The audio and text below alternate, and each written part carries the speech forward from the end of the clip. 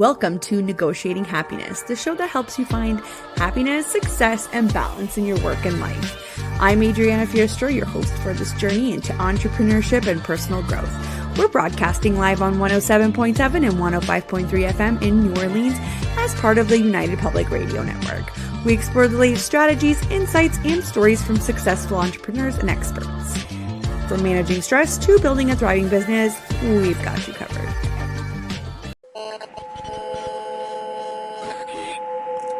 What's out there? What creates the shadows in the corners or the creatures of the dark?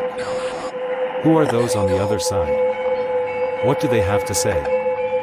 This is the Gateway Podcast. This is not your normal style of paranormal talk radio. Brought to you live from United Public Radio Network, 107.7 FM New Orleans.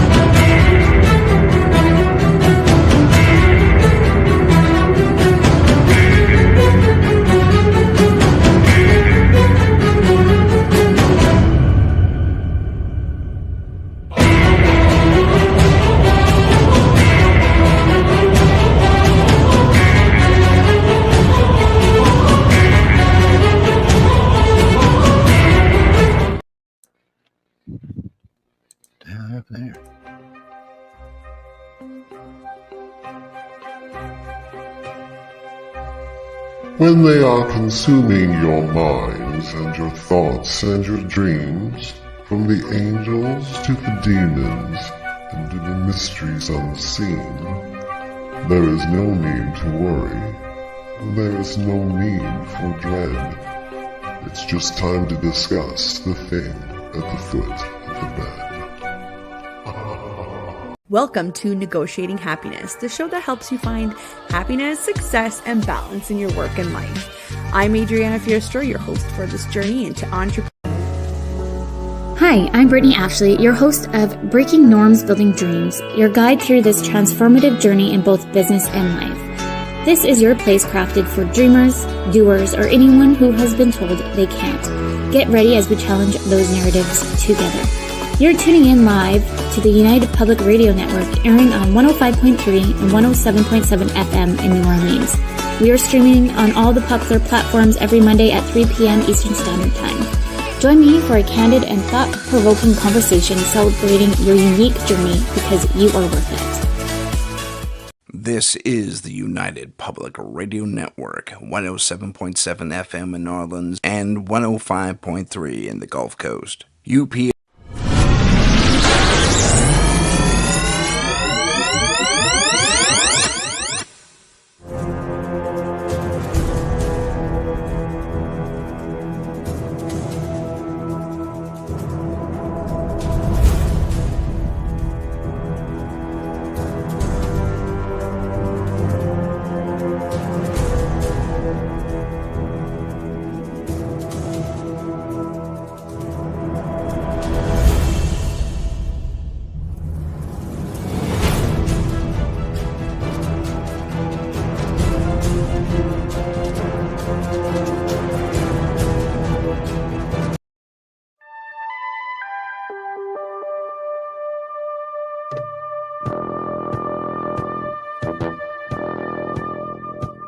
Tune in to UFO Undercover, Wednesdays at 8 p.m. Eastern, with your host, Joe Montaldo, right here on the Paranormal Radio Network.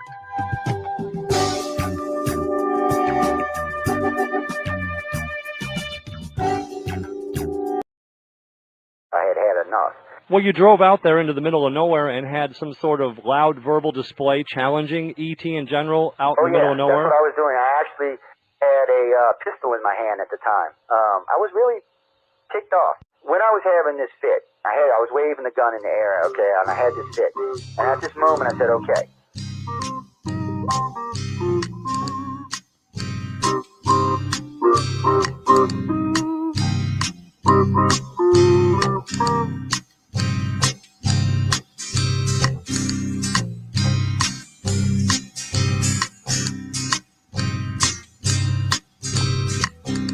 was a Louisiana man named Montaldo. Folks around called him Six Gun Joe. Worked with ICAR, don't you know? Investigating UFOs. Out for a drive with a gal one night, they stopped to check out the reporting site.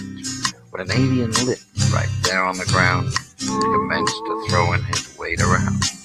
Now, old Six Gun didn't take too kindly to that kind of thing, especially without Vaseline or anything like that, you know. Seriously. Well, Six Gun looked that critter right in the eye and said, "Any last wish before you die?" Yo, reached for his gun, quick as a twitch, and said, "Fill your claw, you son of a bitch." Now a legend spread across the land about this pistol-waving man. But if you're from space or from Earth below, you don't give no lip to Six Gun Joe.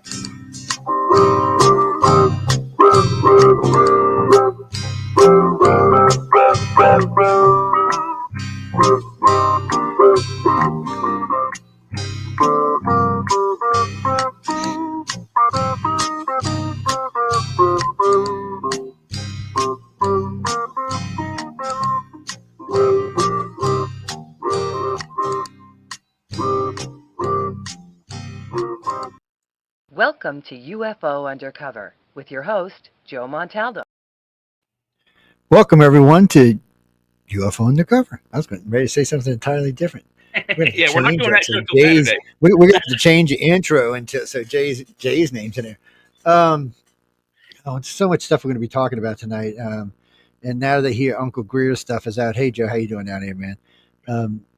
I wish when we posted in the chat room, it wouldn't have to have 5 billion of those things up there. I hate that. Yeah, it sends it to every different chat Yeah, room. So but it doesn't have to tell us that. We already know that. Yeah. It should like a little button over there. 8 sent to all 8. I don't know. It's kind of strange. Yeah, and then also, I mean, if I send a message, it doesn't say it's from me. If you send one, it doesn't say it's from you. No, it just says it's from whatever it is. UFO, Joe Montaldo, UFO Undercover, all those things. But anyway, yeah, we're going to talk a little bit about yaps, a little bit about UFOs, about aliens, maybe a little bit about Greer. We all know how much I love Greer, so oh god, we may have to talk about him and his exalted self. He's a defrocked doctor. What did he do again? He was an anesthesiologist, or no? I know originally he was working at the New York emergency room. What he was doing there, I don't venture to say. It's been so long since I've talked about it. I probably have honestly forgot. See, this is what was so funny. So when this all came out, was it 2001 when Greer did this? The Disclosure Project, and then he came out, and I'm listening to it, and I'm thinking this might not be a bad idea. 51 witnesses, 56 witnesses. I'm like, wow. No, I'm like an hour into it. I'm like, Jesus, just can shoot me now. No, sorry, Gene, I don't curse on the show, but I'm just like, just shoot me now. It was just first of it was starting to get boring. Then I started hearing things like, there's 56 different types of aliens on this planet. Okay, how are they getting here? You just can't say there's 56 different types of aliens in this planet. I need to know how they're getting there, where they're coming from. Is there a Stargate, or are these coming on spaceships, or there's dimensional portals? How in the hell is 56 different types of aliens? Oh, and wait. Now I've been doing research now for, God, I hate to even admit this, 40 years. 40 years, people. I know a little bit about this. I think I got you by 7. Yeah. So the thing of it is, you're just a baby, man. Get the hell out of here. That don't count. It's got to be a legal age, man. It's got to be legal age, at least 18. I would say 18 people. That's when I was learning that I might have an interest in it. Really, more like 21 or 22 is when I really got started. But because people kept telling me they were alien abductees, I was like, "Why are you telling me this? I don't know. You don't tell me that. You weirdo, freako." From hello kind of person. I mean, come on. You just don't tell a stranger you were taken by aliens. I mean, give me a freaking break. What? I'm drinking. Can we get back to Stephen Greer? Bourbon, man. I'm drinking bourbon. I'm drinking. This is what I'm drinking. Look, see, you can't put bourbon in a cup like this. Get out of here, man. it's got to be in a highball or a rocks glass. So get this. I pulled this up. This is from Wikipedia, and it's just his medical career. It's one sentence. Excuse me. It's two sentences long. It says Greer, as in Stephen M. or Stephen Macon Greer, received his Virginia medical license in 1989 and worked as an emergency room physician. In 1998, he decided to retire as a physician in favor of his ufology activities. So 10-year career. So that doesn't sound like. But stop there for a minute. To retire. It sounds like. I know, but stop. So this might actually help him, but I hate to do this. So this, before you go, I'm gonna let you finish. So don't keep where you're at. So Gregory Avery, the Orb Master, another ufologist, big guy, would move on. I knew him pretty well. 10-year money making lawyer, raising kids, wife happy, big house, whole 9 yards. He decides out of the blue that he wants to get into ufology. And after he got into ufology, he let his law practice go. He started getting into all kind of new age weird shit. He started chasing UFOs around. It just took his life over. Now we know that it can consume your life. I've seen it happen to many people. And I have spent literally, y'all don't even know how much money I spent on this. If anybody knew what I spent on this, you'd just look at me like I was stupid. Because sometimes even I look at me like I'm stupid. The thing is getting research in books. It's not a so let's Alfred Weber, one of the science advisors working with Jimmy Carter. Mm-hmm. It just career lawyer from hell, all kind of credits. Boom, goes nuts, becomes ufology guy. About 10 years in, there's something weird going on here, and I don't want to hate because I'm friends with some of these guys, but it just seems like, either they figure it's an opportunity, which they might. I'm not going to rule that out, or something happens, something trips, and they do this. Because Gregory, I knew Gregory was nuts. I mean, he lost it. He just, and he's a good guy. I like the guy, and it just consumed him. I mean, he left his wife, or I forgot how many years he'd been with his kid, whole 9 yards. Went and hooked up wife over ufology. Good Lord. Yeah. Went and hooked up with a tarot card reader. He went in head first, man. It was rough watching him go down. What you doing there, Fox? You being foxy, baby? I don't know. Greer just always struck me wrong because after that, there was so many contradictions in that when they did that in 2001 that I was confused. Because Carol Rosin, whether this, and I like Carol Rosin, she worked for Werner von Braun. She worked for his assistant. So, she knows a lot about it. She talks real well about him. Talks real well about the research and everything. And she talks a lot about aliens and UFOs and what she knows. But I mean, as you go through the list of people, the story it's just too much. There's just one, it's contradicting each other. And these aliens would be falling on top of each other. There's no proof that there's that much visitation going on this planet. Just none. And there's no way you're going to tell me that Uncle Sam is keeping 56 different types of aliens a secret. I'd have to say, like the kid on TV, bullshit. I'd have to call you on that. Yeah. Show that. No way. I mean, as far as the research that I've been conducting, and it's been a long time. It seems that there hasn't been for the last at least the last 100 years. There hasn't been more than 5 species on the planet at any one given time. And something I was reading just the other day, I don't remember which book it was because I have several open at once. They said that the Galactic Federation, which is controlling this sector of space, has put a sort of a lien on our planet, a barricade, if you will, not allowing the stay to bleep out, people. Well, to keep everyone else big out. red flashing signs when you come in on one of their spaceships that goes stay the out. Right. Enter at your own risk when you have permission. That's the stay information that I have at this time. It's I know I'm pretty sure because we'd have been taken over otherwise. I'm pretty sure once they sent the Greys here back, how many of thousands of years ago it was. I think after they did their assessment, and went and told whoever they worked for, and they went to the council and said, "Well, look." They were like, "Oh, maybe we should," because they interfered anyway. I mean, they interbred with us. Well, A, B, and C, yes, those are all allegedly part of the story, but there's also massive destruction. I mean, on a more than a global scale, on a solar scale, Big there are army. 4 planets in this solar system that are, one is completely destroyed, one is to the point where you can barely live on it, the other one is about to explode, and the fourth one you can't live on it unless you breathe carbon dioxide. It's a mess, man. It's a mess. But we can't say that aliens caused that. I'm with you on this, but we can't actually say that because So let's look at this from a different kind of strange, stupid point of view. Well, I shouldn't say stupid, but so we got all of our Naribu fans out there. Planet X, number 10. Well, number 9 now. You Planet X has got to stop calling it Planet X, man, because that's right. So it's Planet 9 now. Strange aliens from Planet 9. But anyway, that makes it that puts it in the Dune universe. That makes it Planet IX. See, Planet in the Dune series. Well, we don't be telling people that anyway. Sorry, it's I don't people. The thing of it is there's no Chinese astronomers seen Planet X. Okay, they've been 5,500 years.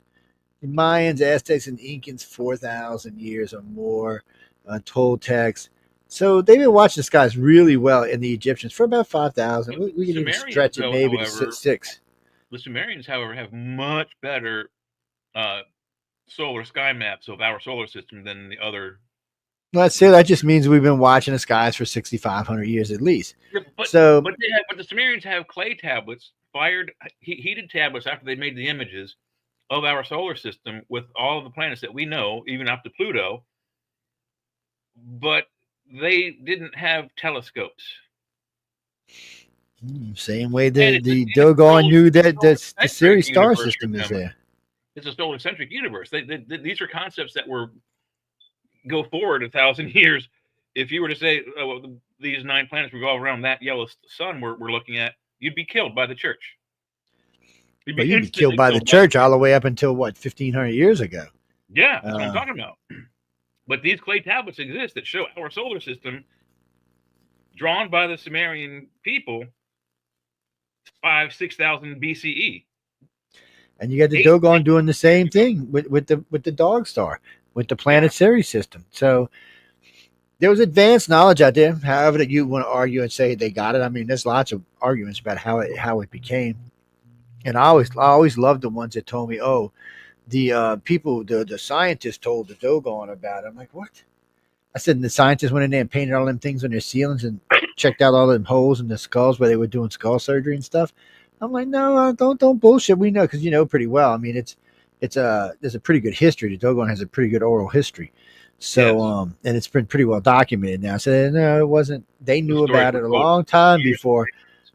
Well, I think they said 3,000 for at least 3,000 years, which is radio telescope's been around for what, about 100, maybe 110, something. But somewhere up around there. But anyway, I mean, well, no, people. So the Sirius 1, 2, and 3, the dog star system, you can't see with the naked eye. You have to have radio telescope to know it's there. There's no way you can see it. Also, they knew what the orbit of Sirius 1 was 55.5 years. Their calendar was based on it, on a 55.5 year orbit. They also knew the mass, that if you took a spoonful of it, it would fall through our planet. How the hell could they know that? You can't unless you've been out there. I mean, somebody had to tell them. I mean, there's just this, or they were traveling, but I mean, somehow or another, they knew these things. They knew about the blood circulation system in the human body. They knew how to do. They could do trepanation. They could open up the skull to relieve pressure from head and brain. They knew an awful lot for some cave dwellers living in the mountains who may or may not have been Egyptians. Let me get a picture of something that, and I think you'll find this amazing. I don't know if we've talked about this as often as on Jeff's show, but the whoever made the images in the sand in the desert, the Nazca lines, had to have had at least they had to have had not just telescopes, but a microscope. That's the word I'm looking for. Because there's the spider glyph. If anyone is aware of the Aranya or Spider-Man or spider glyph, here's a good image of it. Let me see if I can't do view image. Is that all the bigger it gets? Good Lord. Okay. Well, anyway. So the spider that's presented in the desert in Nazca, is it Peru? Can't remember the country. I think it is Peru. I think it's Peru. So they have this. I'm sorry, I can't make it any bigger. It just says this small thing. This is a spider here. I think but it's on huge, this, by the way. It's enormous. I think it's a mile long from the top of the toe to the bottom of the other toes.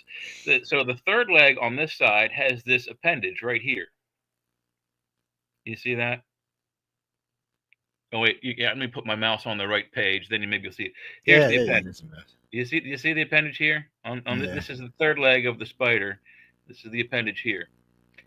This is a type of spider called a reticulated spider, which is strange because our aliens from a planet, or at least a system called Zeta Reticuli, same word. The reticulated spider is 10 millimeters in diameter. It's smaller than a tick, virtually microscopic. I mean, you can see them, but you can't see the detail that you see on this thing. That third leg has an appendage that is used for mating among the species. But here's the really weird thing. The reticulated spider, if it existed in South America, is extinct. The only known species of reticulated spiders live across the pond in Africa, and in Central Africa, by the way. Like, I think it's Nairobi. So see, I don't doubt that at some point all of this was crisscrossing with each other. There's other evidence that suggests that we were crisscrossing the seas and the oceans I long agree before that there's communication worldwide. I mean, there is, because we have Egyptian hieroglyphs in Australia. We have there's enough evidence to prove there was much more communication among our early species. But in order for the Nazcans or whoever made these lines to know that, they would have to have had at least a magnifying glass or a picture, or a blow-up diagram of some kind to know that. But I've also speculated that spider isn't just a type of creature, because the mouth is not like the mouth of an actual spider.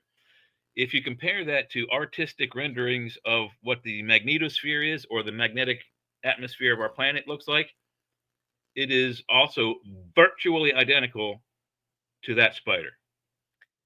And that's not a coincidence. It can't be both. It has to be one or the other. It is either a representation of the magnetic signature of our planet, or it's a microscopic blow up of a microscopic spider that has a third leg.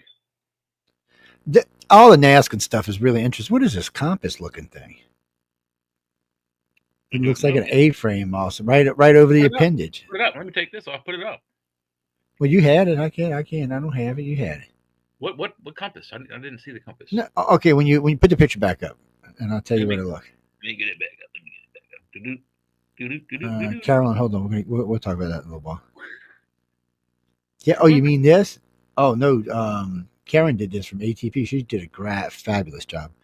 Okay, so see where the third appendage is going outward? Yeah. There's like an A-frame over the top of it. There's a leg that comes down for it goes up, and there you go. You got it. That's the It's like a compass. That's what it looks like, or an A-frame, one or the other. It's awful weird that it's right there. I mean, it's just an eyeball when I seen it. I was like, what the hell is that? They might have a wider angle of that. So let me go back to the. Sorry if I'm drinking in y'all's ears, guys. I apologize. No, I like this new banner she put up here for us. I think it's pretty, man. It's sharp. Make everybody in the network start using that. Oh, she made it, Jay. She made us a new banner for news on the flip side too.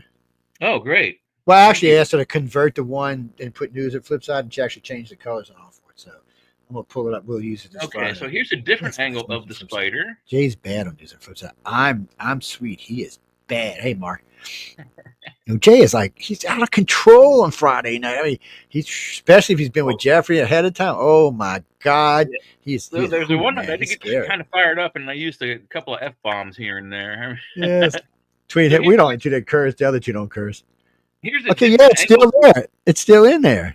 Yeah, see, that's like, I don't know, some kind of looks like a see this whole thing. Wait, stop for a minute. When I look at this page, if I didn't know what this was, because there looks like, okay, so on all the way on the edge of the page, it looks rounded like a border, like it's a border going around it. And then you see this compass looking thing, and then you see these other weird angles in there and these lines going through it. It looks like a fucking blueprint is what it looks like, with a compass laying on top of it. Yeah. It's, well, people, remember, in context, you have to take this. This isn't, so we're looking at this right here, but in context, this is much larger, and there's many, many, many, many, many more of these. Go ahead, Jay, I'm sorry. Yeah.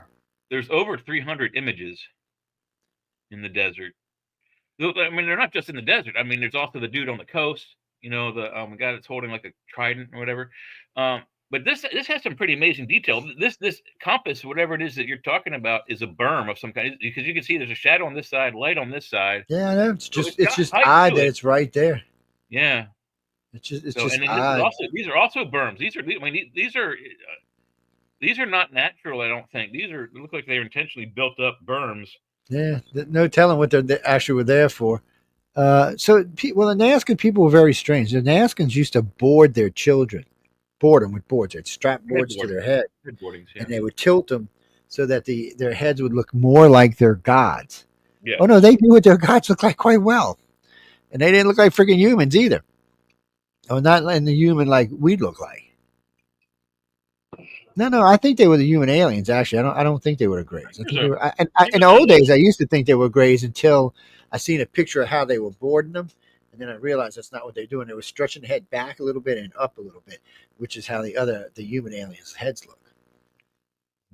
I know it's a pretty big sign right there, and there weren't no pictures of no saucers anywhere. So lots of. I can find it. There's one alleged picture or two. It says it's a real image of an actual gray alien. And I think that's one of them.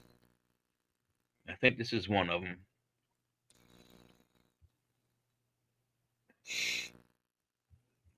It's not the best one. There is another one out there that I've seen it. I have a pretty good degree in photography, and I can't figure it out. But this is allegedly one of the gray aliens, and now it's pretty good. But there's two things right off the bat how you know it's not a gray alien. Two things. Okay, it does look kind of real though, doesn't it? Yeah, doesn't it look kind of real? So, but the head's not long enough. So the head's not wide enough either. So it's got to be wider this way, and it kind of. I guess the best way to explain it is like if you made a dome cap and put over all the way and brought it up. Yeah. Their brains are about 4 times the size of ours, so that gives you an idea.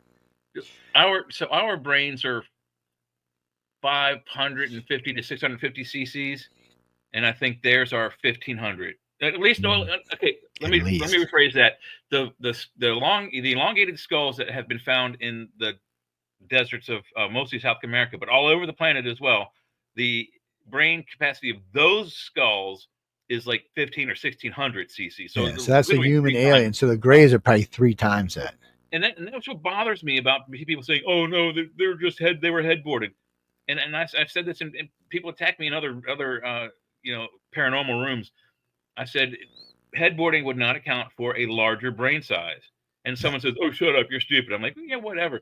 I think that person actually got banned out of the room, but headboarding would not triple or double or increase the brain size. In fact, it might actually decrease your brain capacity. So instead of being 650, well, at the very least, it's going to deform the brain.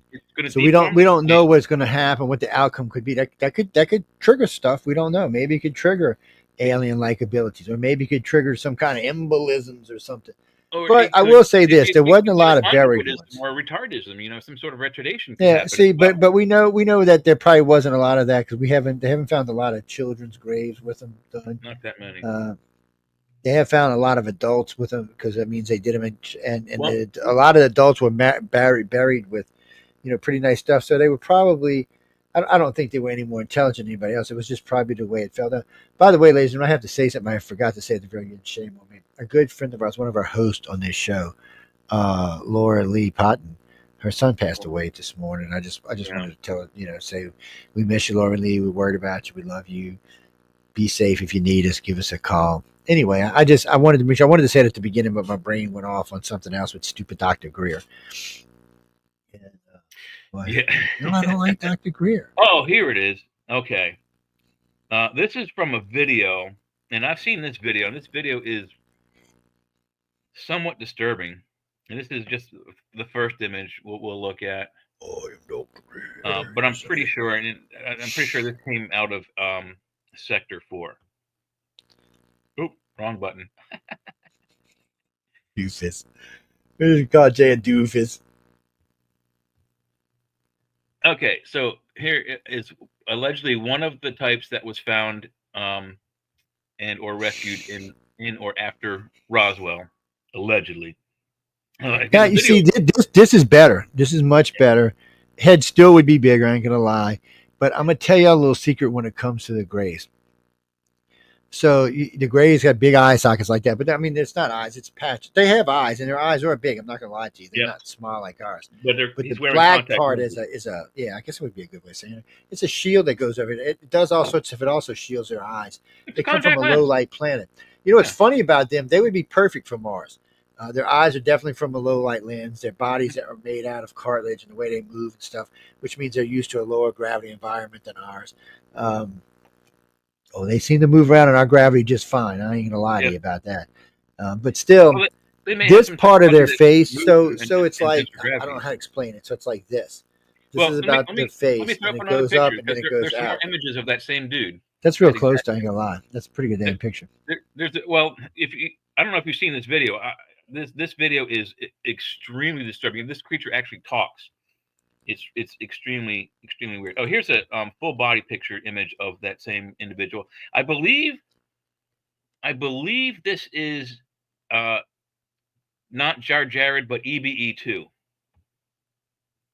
This creature is. This is the second creature that came from the creatures who were part of the crash at Roswell. What's that, Michael? J-Rod? J-Rod was on crack, man. He was always like twitching and shit. Twitching and stuff. J-Rod was on crack. I think he had a habit with our coffees. Now, if you look at this creature has 4 fingers, 3 fingers, and 1 long thumb finger. Well, there's 3. The 3-footers only have 4 fingers. They don't have 5. Yeah. This creature is about 3.5 foot tall. Did you see the have you seen the full version of The Cage, the unaired episode of the first episode of Star Trek, where they meet the creatures that look like that? Yeah.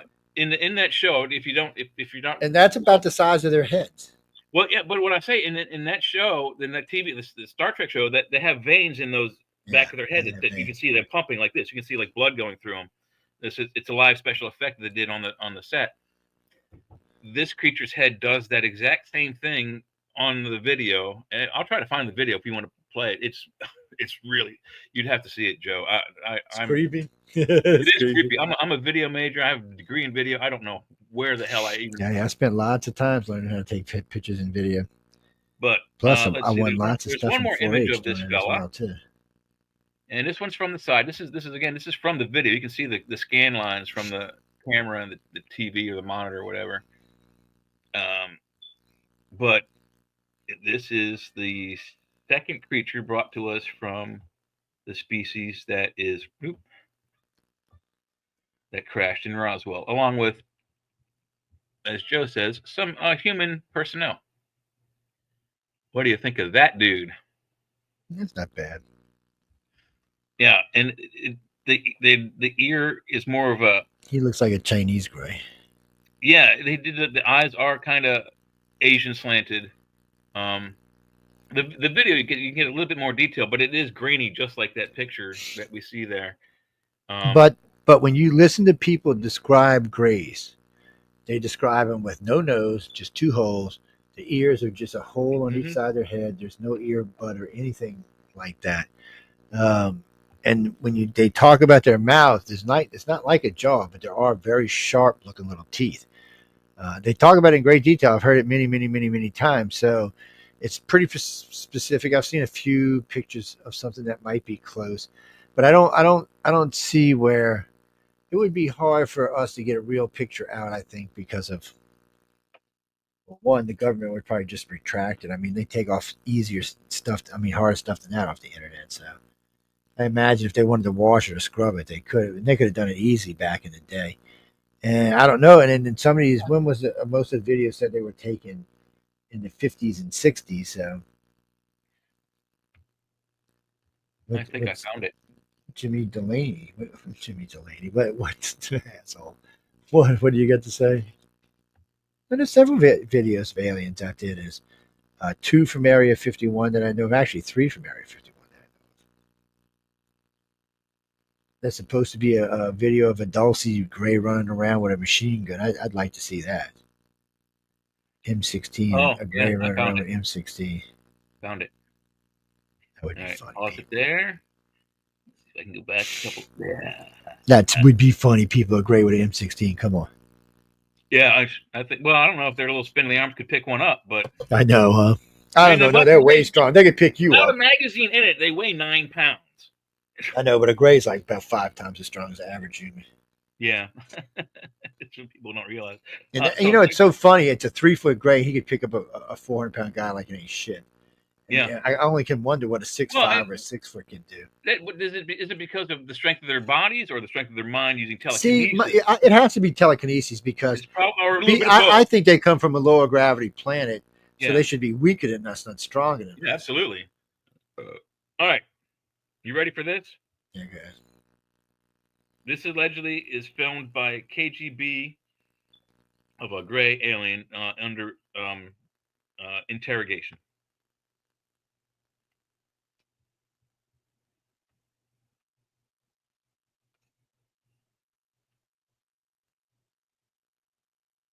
If that's a puppet, that's one of the most amazing I think it's a puppets. kid.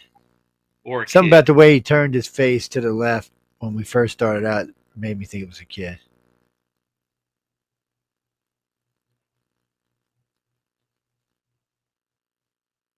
It's the way he keeps looking down makes me think it's a kid. Yeah, but for some reason they blacked out the eyes. And I can't tell you why. Maybe because they're disturbing. I don't know. It's hard to say, but I can't see an advanced extraterrestrial looking down and not looking at the people that's standing in front of him, thinking, "You're about to die, you dumbass." Well, there is some pretty Hey, cool. Tyler. Look right here when we get to the fingers. So there are the fingers. Watch real close. I want to go back a few seconds. Watch real close those fingers because the camera's going to continue moving upwards. But keep your eyes on his hands. Those fingers move. They do not appear to be gloves. Hey, Christy, how you doing, sweetie? Wait, do it again. Let me put this thing on full screen. Boom. There we go. You need to put that thing on full screen. Yeah, there you go. All right. So let's go back a little. Okay. There they are. You look so cute there. You know, go back. I want you to go down and pause it for a second. I've seen something odd. Stop. You need to go back just a tad, just like a split second. Okay, let me see something.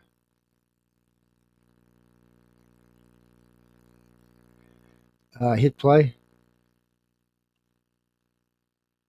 Okay, you can go. There was something odd there, and it wasn't. Oh, look, he blinked. Yeah, he blinked. You didn't see that before? Hey, you're so cute. You blinked at me, you bastard. Don't be blinking at me. Watch him. So they did something to black out the actual eyes, but it did blink. There's another blink over here, I think. Yeah. Well, all right, but I want you to go back to that picture. I want to see something on top of his head. I just saw. What the hell was that? So where did it go? There it is. All right. See him blinking? It's not a mask. It's not a puppet. Okay. But this is important. Why would he blink? Well, allegedly, this species has 2 sets of eyelids, one inner, one outer. The inner one is that would mean they came from a planet system with a really, really, really, really, really, really, really, really, really bright sun. Or 2 suns. but their skin Like doesn't suggest that. You see, but it's a contradiction because their skin doesn't suggest that. It's Well, this is in black and white, so there's no way to really tell. you can tell. You can tell when something's a darker skin. If it's in black and white, if it was brown, it would be much darker than it is Yeah, right now. well, it definitely it's a whitish. This looks like it's lily white, like it hasn't been exposed to light. So it's kind of a contradiction, and not for its eyes. If its eyes are big and black like it's supposed to be, from a low light source.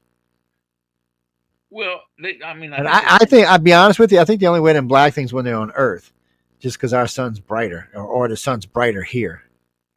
But you can see here that they have physically blacked out. See, but from the nose all the way around, that looks like a kid's face.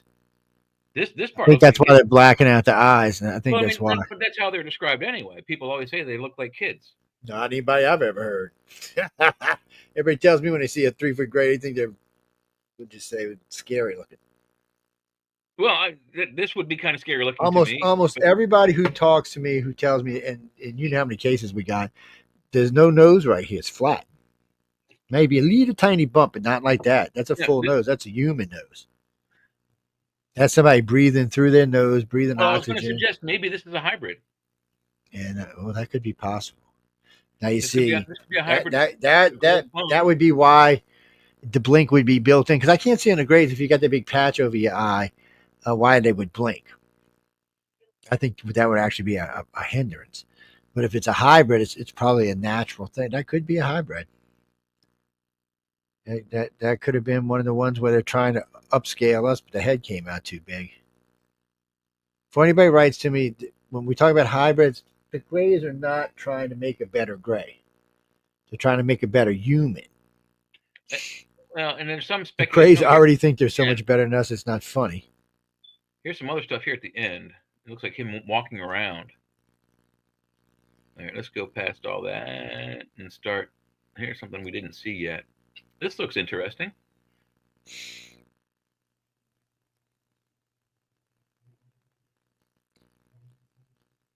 I may not have gone forward enough, but just after this, here he comes.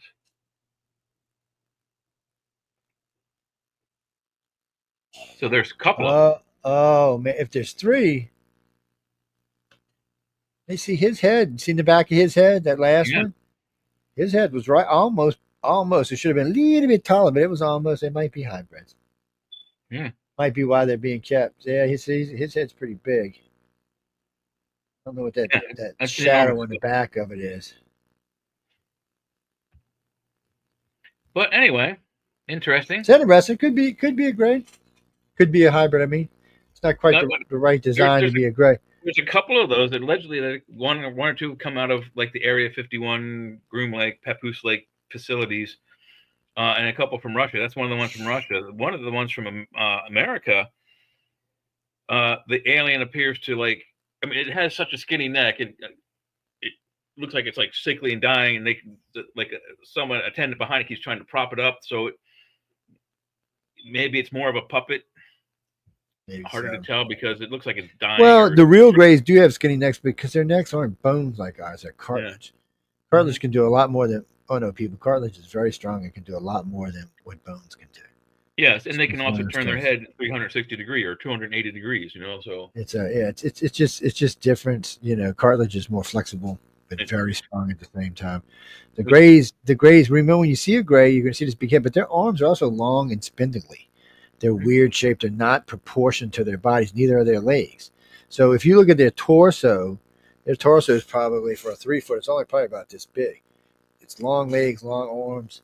And now when they get to the 6-foot, the torso gets a little longer, but they're still kind of spindly looking. And even when they're 9-foot, they're still kind of spindly looking. Wherever they come from, there's a reason why they have long arms or long legs like that. It could be a whole host of. Think about it. If you're in a low gravity planet, long spindly arms would be great. You just let them kind of float up, grab up, and pull yourself up. Pull yourself up, pull yourself up. You don't even need any freaking stairs. I know it's because they already said on Mars, like us, we could jump from floor to floor quite easily. On the moon, it won't even be anything. It'll be like bloop, bloop, bloop, bloop, bloop. You'd have to watch how hard you jump. You might end up jumping 3 floors. That's right. So there was a mission to the moon last week. Or it's already on its way, whatever it is. There's Now, 2 missions to the moon right now. well, Launched yeah, this yesterday or this morning. the one that's going right now is bringing the rovers, and Yeah. so it's. Well, I thought it was each one was carrying a rover, but the damn news guy kept saying both rovers were in the same rocket. Well, there's a 6'6" NASA rover and there's a 7 foot something Japanese rover because they want to go back. They're going to start testing all this stuff because we're going to Mars, people. We're going to go to the moon. Elon's already said he's going to put a base on the moon because he needs a base on the moon to go to Mars. Yep.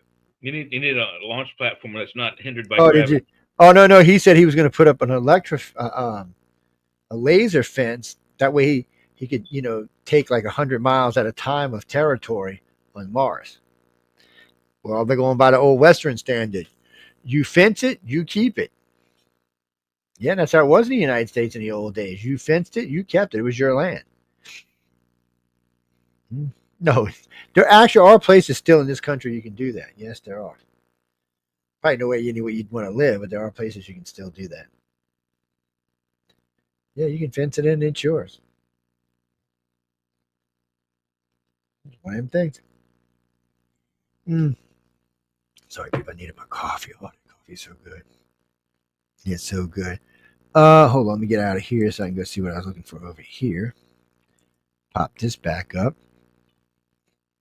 Ronnie Janani? Is that real?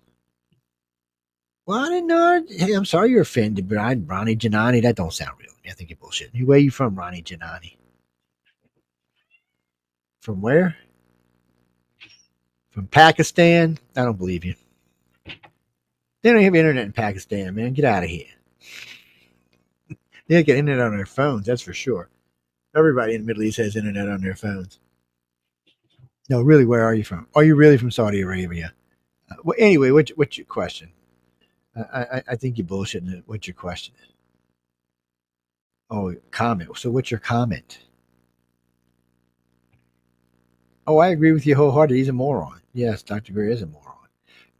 So before anybody starts jumping on my ass about him, the reason why, so I met him a few times over the years. We've bumped in. We've been at the same conferences together. People have tried to force me to talk to him. The thing about it is, first off, I was behind the Disclosure Project, even though I didn't really agree with it 100%. I was behind it, and people like Stephen Bassett. Damn, my brain is fried. Alfred Weber, Michael Sala all asked me to get behind it. So I said, sure, because I was working with all of them anyway. I was in the disclosure thing. And then exopolitics.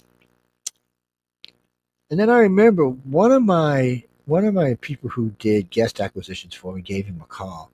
And he said he wanted $5,500 to come on the show. Jeez. So I said, okay. I said, don't worry about it. I'm going to call him. So I called him up and I said, hey, is it true? And I got some agent. I said, you want $5,500? He said, well, yeah, that's going right.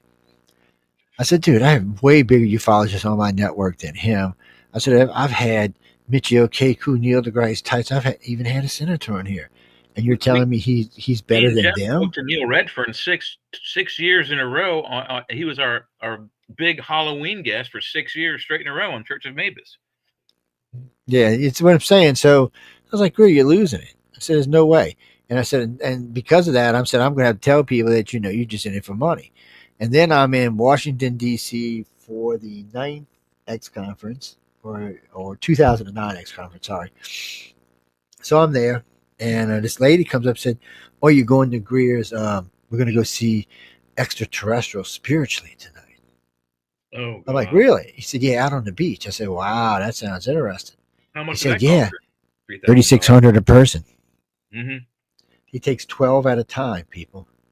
You do the math on that. What is that? $44,000 for a night to go take somebody to see spiritual ET. Yeah, I flipped out on that one. I flipped out on that. Oh man. I said, I am not putting up with this bullshit anymore. I was kicking his ass regularly. Ufology got lucky. Ufology got lucky because I got sidetracked. I ran into something I found more interesting. I got sidetracked for a while. But I'm back now, people. And you know how I am. And I'm not putting up with this bullshit anymore. I don't have to. I'm not. You know what? Back in the day, I was the new guy. You know what? Today, I'm 62. I'm the old guy. So you know what they can do if they don't like it? They can come on Friday night, and I'll tell you exactly what they can do. Yes, I'm sorry, I can't tell No, you. and quite honestly, almost all of the guys They'll get mad at me. on Ancient Aliens, not only do I know more about ufology than most of them have, I've forgotten more about this subject than they know currently. And I'm probably older than most of them. I think William Henry's the closest one to my age. I don't. Oh no. So we're gonna see how this goes down. So I want y'all to watch. Ancient Aliens is gonna have a special on alien abductions. So I want y'all to see how this goes. Now they came to me. When? Oh, just recently, about a month ago, 2 months ago, they came in November. Actually, they came to me in November and said, Okay, "Do you want to come on?" I said, "Well, what's it about?" And they said, "Alien abductions." And we talked for a while. And the producer, "Well, I'm gonna send you over 25 questions. I really, really want you to come on and do this group with us." I said, "Fine, just." He said, "What are you free?" I said, "I'm free until about the second week of December, and then I'm busy." And 2 more phone calls, and then he never heard from him again. Well, what? No, I've been on Ancient Aliens before, Bruce. Yeah, 4 times. It's two headliner times and 2 times when they just bring you in when they're talking on some other bullshit, random shit, and they throw you in there for the conversation. Yeah, Ancient Aliens does. Each time I do Ancient Aliens, it's 5 to 10 hours worth of material they get from me, so they can cut clippets and throw it anywhere. That's why they do it like that. Yeah, because it might be somebody else talking about a something. 2-minute piece with you as an interviewee or answering Yeah, questions. so they Yeah, it's ridiculous how much yeah, oh yeah, it's crazy. So I've been on about 4 times, but no, this would have been and come on. If you're gonna talk alien abduction, who the bleep should you have when you bleep and show? Currently, there is nobody in the field knows what ICAR knows, and there is definitely no research out there that's done the amount of research that I have or the people I've worked with have. It's a ridiculous thing.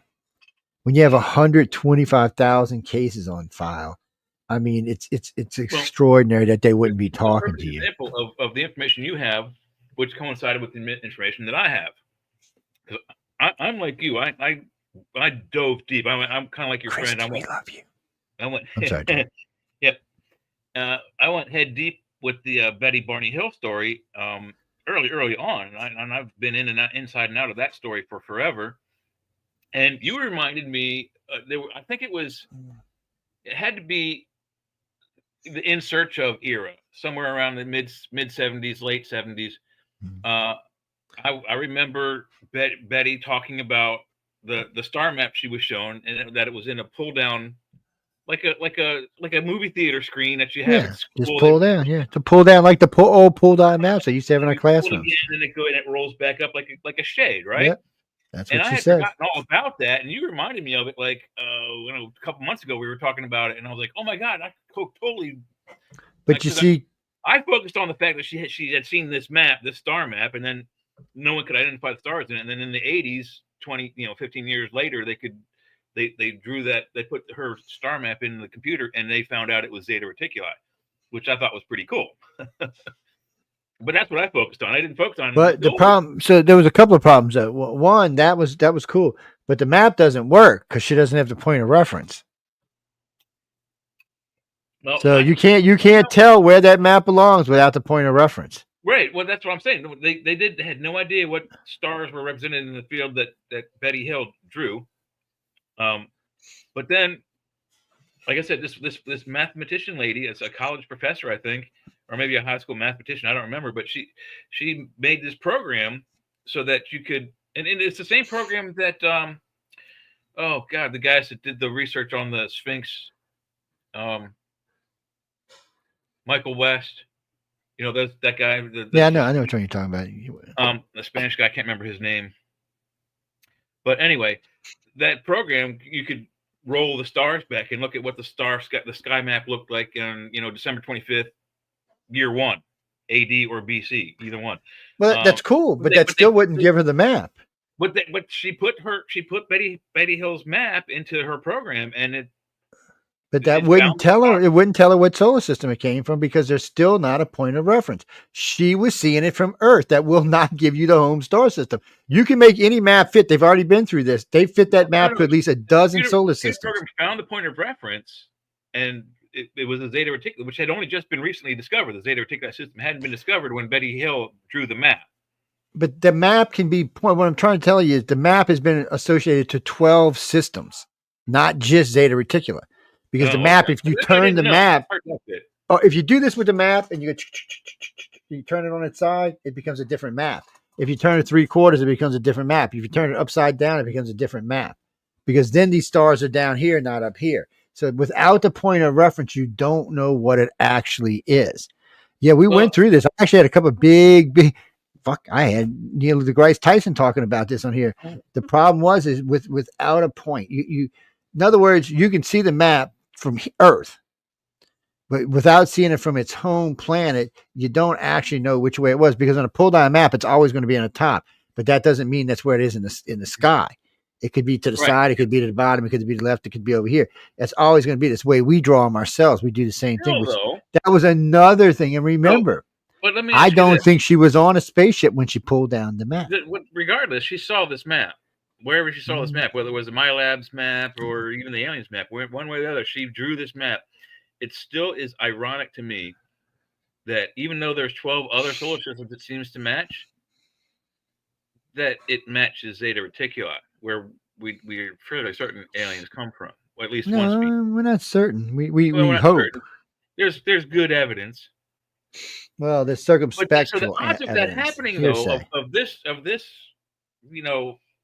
lady who's just a regular junior high school math teacher, drawing this star map that matches a star system that hadn't been discovered yet. When she drew that map the first time, you know what? Unknown. I remember taking her map ourselves and putting it on the TV on the screen. It didn't really. It was not perfect match. It wasn't very good. She was not. She even said when she drew it. I saw the video of her when she drew it years. But that's the whole problem. You have a woman who she was a Betty Hill fan, by the way. She was trying to match this. She said this herself. She was trying to match it. She was trying to make it work, and she did. But all that means is she forced it. Doesn't mean it was correct. And I'm very circumspect when it comes to Betty Hill, because I don't think she was a contactee at all. I think Barney was. I think she was residual damage, like you, yeah. But I still think some of the information she got is pretty, high grade stuff. I would bet. Well, let's put it this way: Dr. Simpson didn't think so. He thinks she thought she was playing off of Barney and making it up. That's what the hypnosis person said, Dr. Simons. He thought that, and this is the other weird thing. So when you listen to the hypnosis tapes of Barney Hill, Barney describes the night of the abduction in the United States, and he describes it very clearly: black shoes, black pants, black shirts, black duck-billed caps, definitely humans. When you get on the ship, the other people who were working on them were wearing CDC outfits, white outfits, white tight shoes that are tied off the face, the helmet, the whole 9 yards. When you see the eyes. Yeah, so this has nothing to do with aliens. Even the way you walked up into the ship and went inside with the flipping doors and the pull-down maps and the opening drawers and the paperback books, that's nothing alien in there.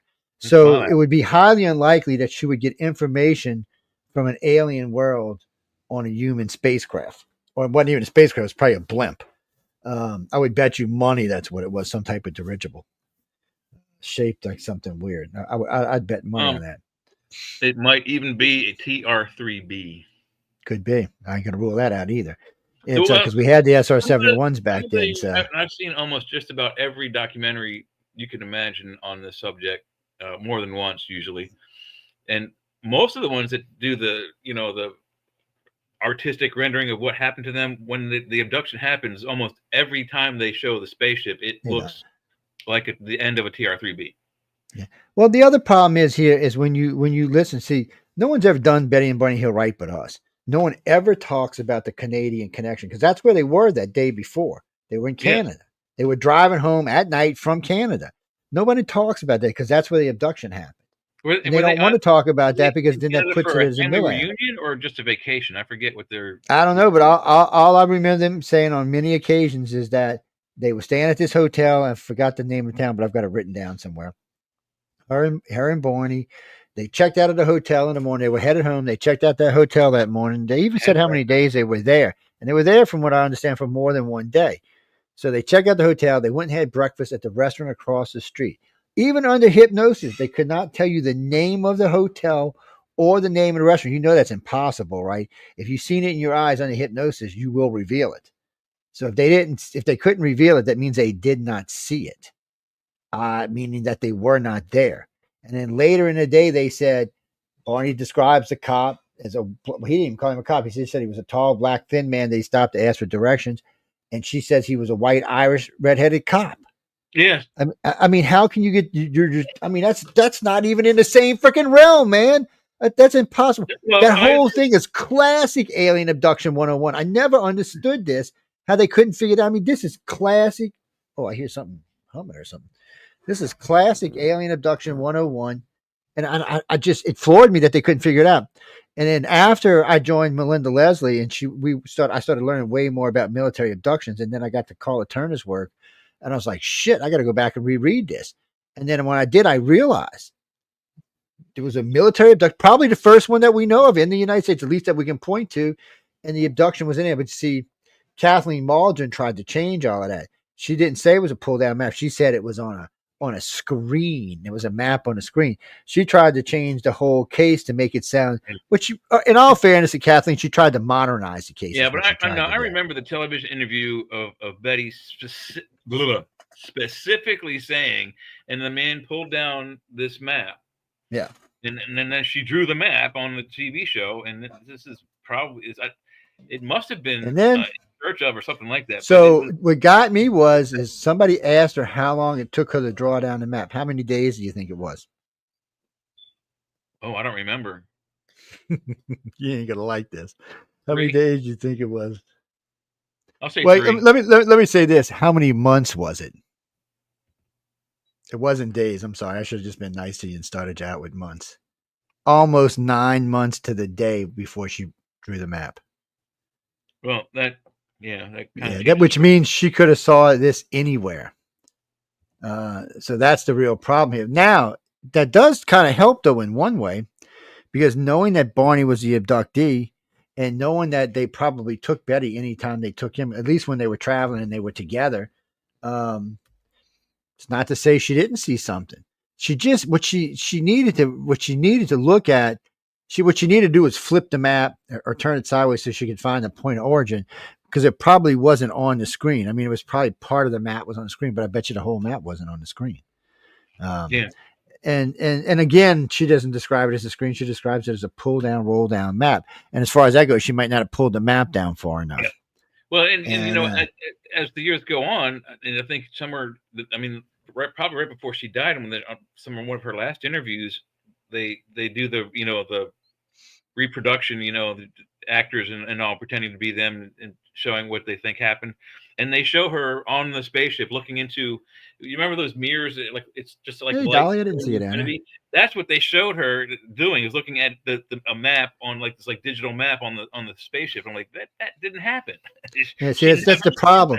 They try to change it, and then the story escalates as it goes on throughout the years, definitely. Yeah, and as I get out there and speak about it, people say, "Oh no, John," I said, "No, that's not the truth. This is the real thing. Go listen for yourself. Don't believe with the bullshit that's trying to make money off of you." Yeah. But there was other things besides that. Like the way they stopped the car. I got something to say about her story escalating. There's a way to tell truth in the stories, and this is a tactics that police use when they interrogate you. They're not going to let you, if you and your friends get caught for doing something stupid, running Agent drunk Friday and his Agent Saturday. Yeah, they're going to take you guys and separate you, and if all three of your stories don't match up, they know you're full of shit. But if your stories match up, then they're going to ask you, all the police are going to ask you the same questions repeatedly over different times to see if your story changes. The more your story changes, the more it's bullshit. And the best way that you can do this kind of a test is Johnny Carson did it. Johnny Carson, famously, you remember in his last studio, after he moved to California, he had a studio of exactly 505 people. That's how many people his studio held. 505 viewers, audience members, not counting the crew and the cameramen and the guest stars and all that. 505 people. And he had a guest come on, and the guest wrote like a one-line sentence on a piece of paper, and he showed it to the camera, but the audience couldn't read it or see it. And it was something stupid like, "Today I went to the store," was the sentence. And he handed this to the first person in the first row, and he said, "Memorize this and then whisper it to that guy's ear."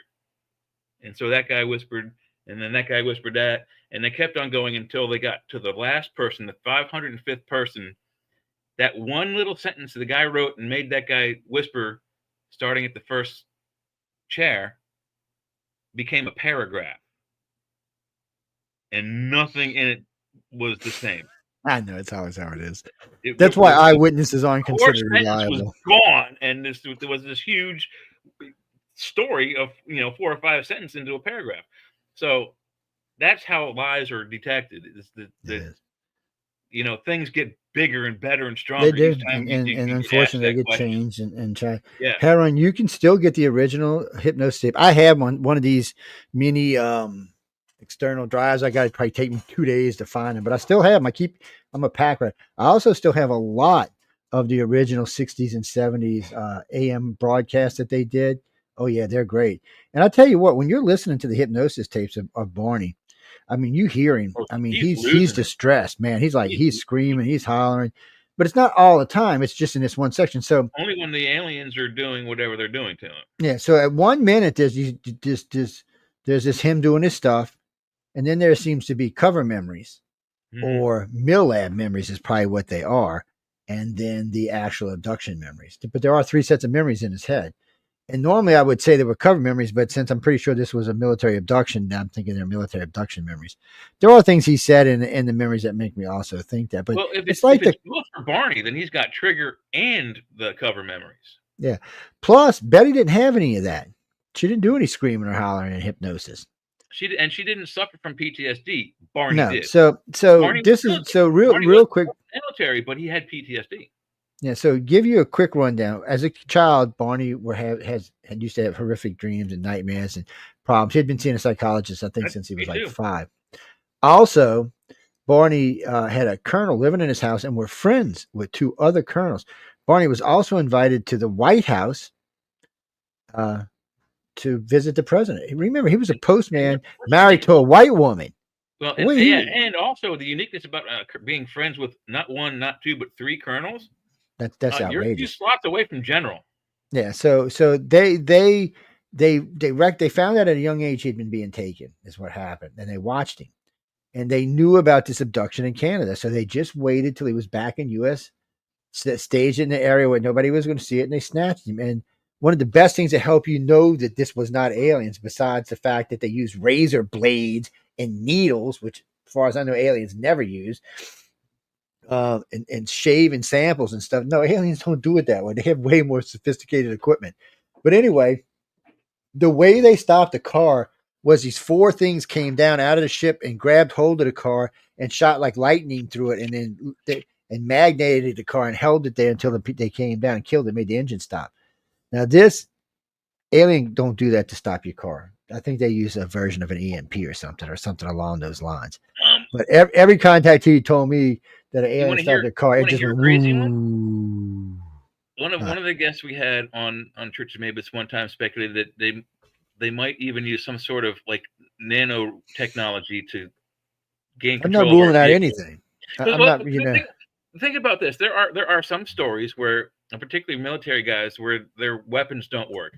And I'm not talking the nuclear weapons. I'm talking just compression revolver, weapons, a pistol, a handgun, anything that works on compression. But how do you stop?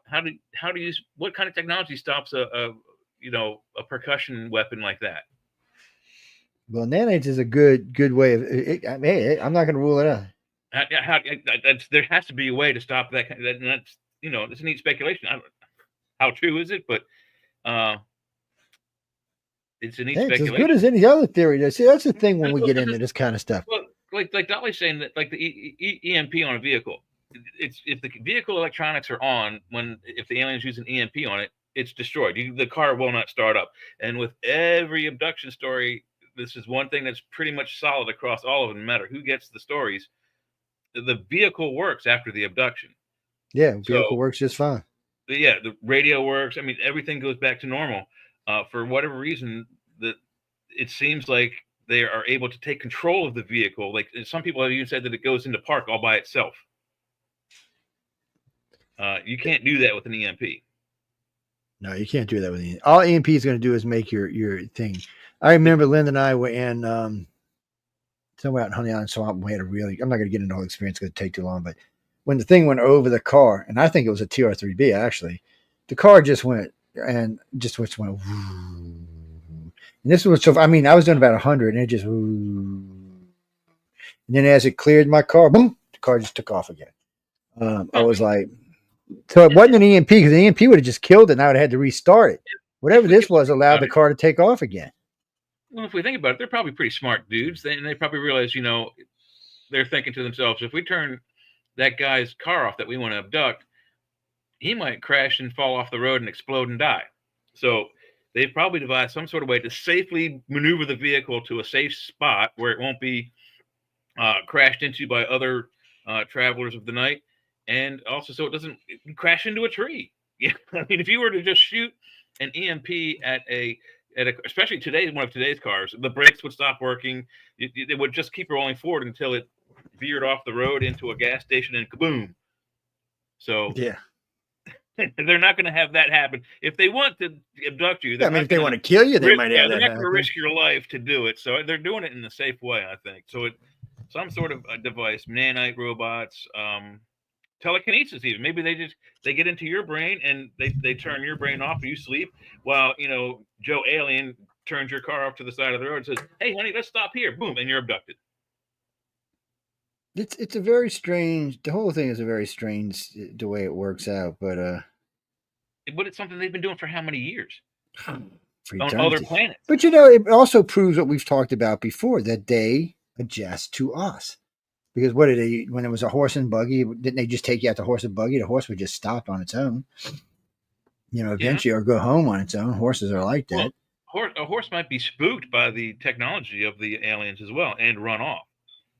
Yeah, if it's seen it. I mean, they may come over cloaked. Yeah.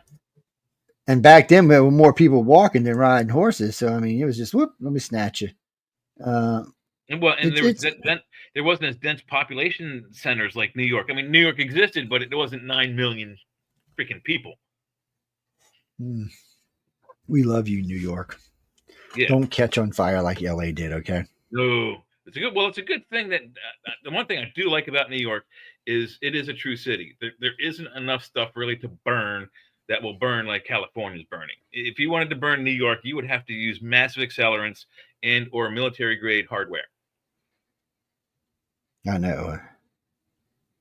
I'm sorry, concrete's kind of hard to burn. I mean, you have to get the temperature like 2,000 or 3,000 degrees Fahrenheit, and that ain't easy to do with wood.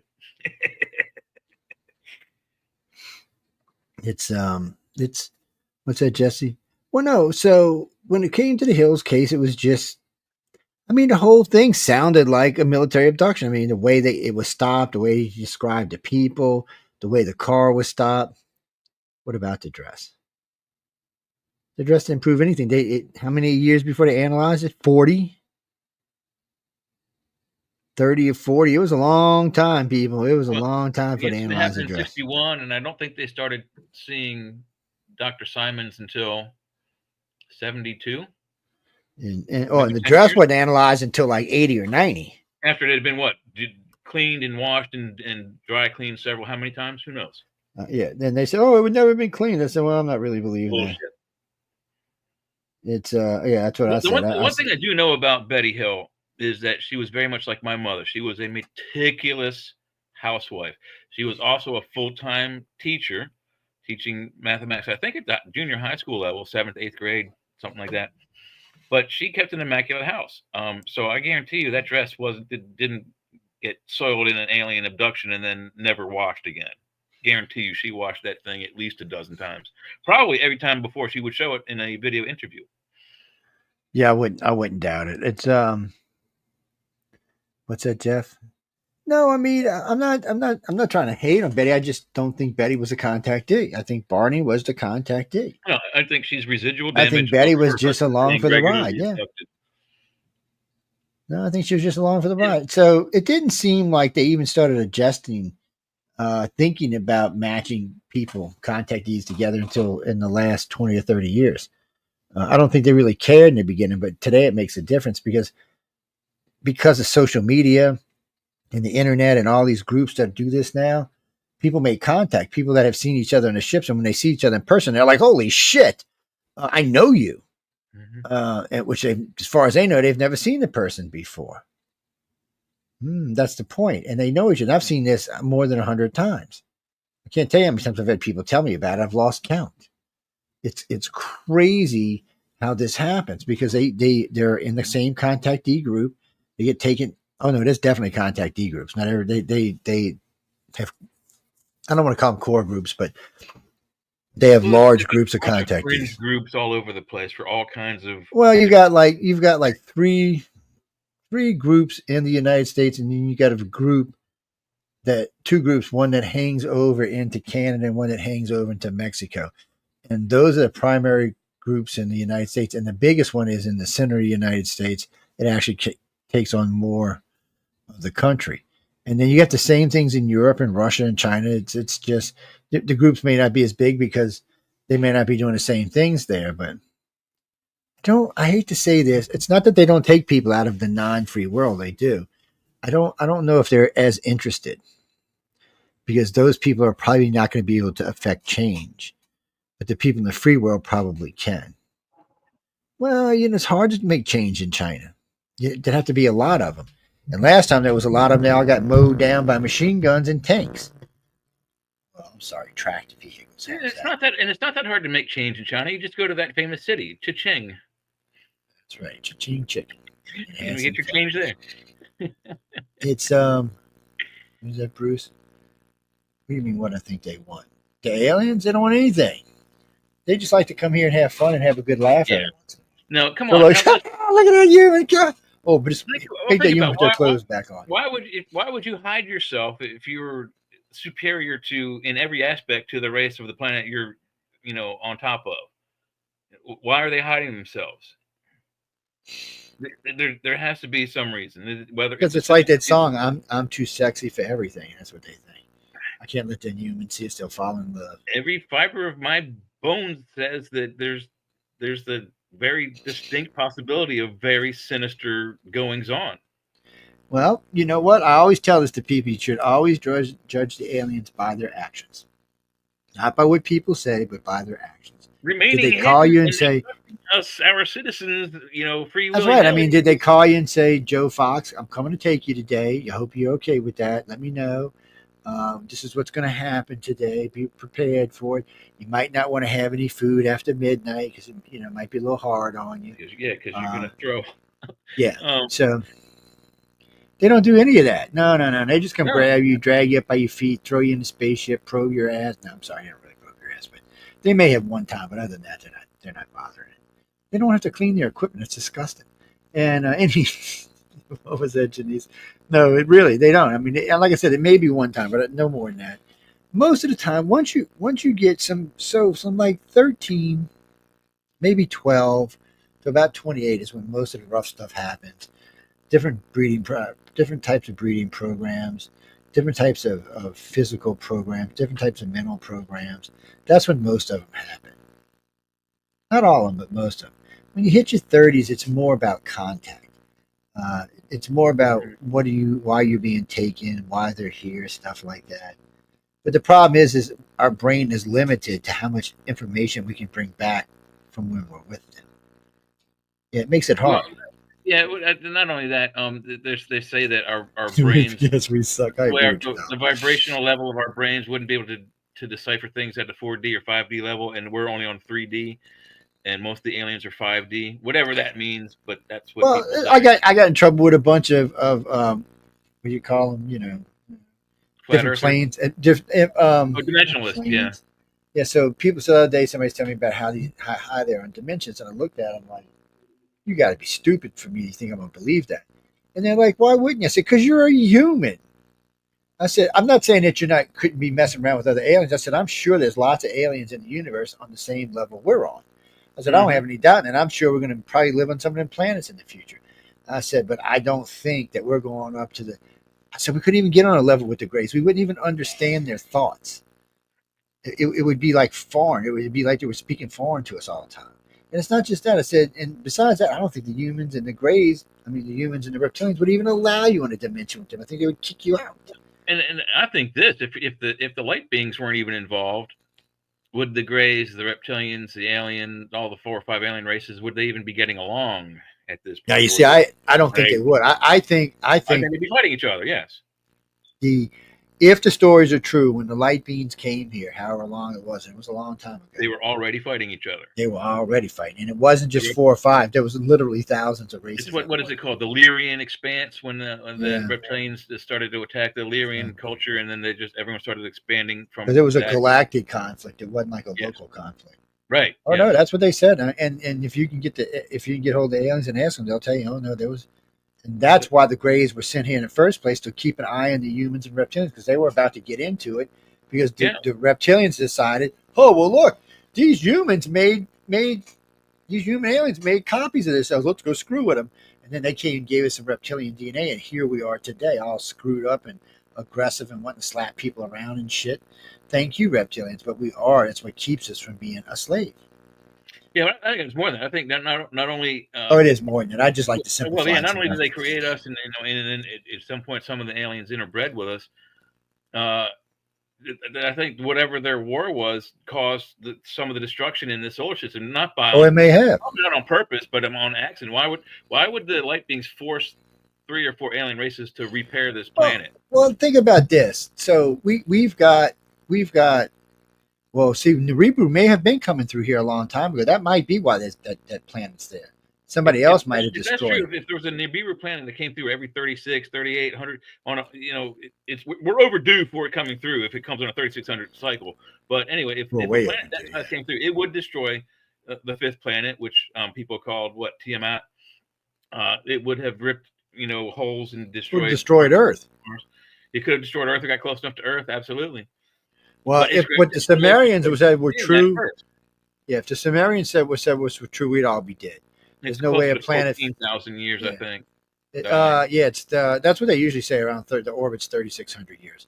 Yeah. But what they really think happened was, and I kind of agree with it. I think the Nerebru was coming through the solar system, and Jupiter grabbed it, crushed it, and that's the debris field left between. Or it now, could be, by saying that.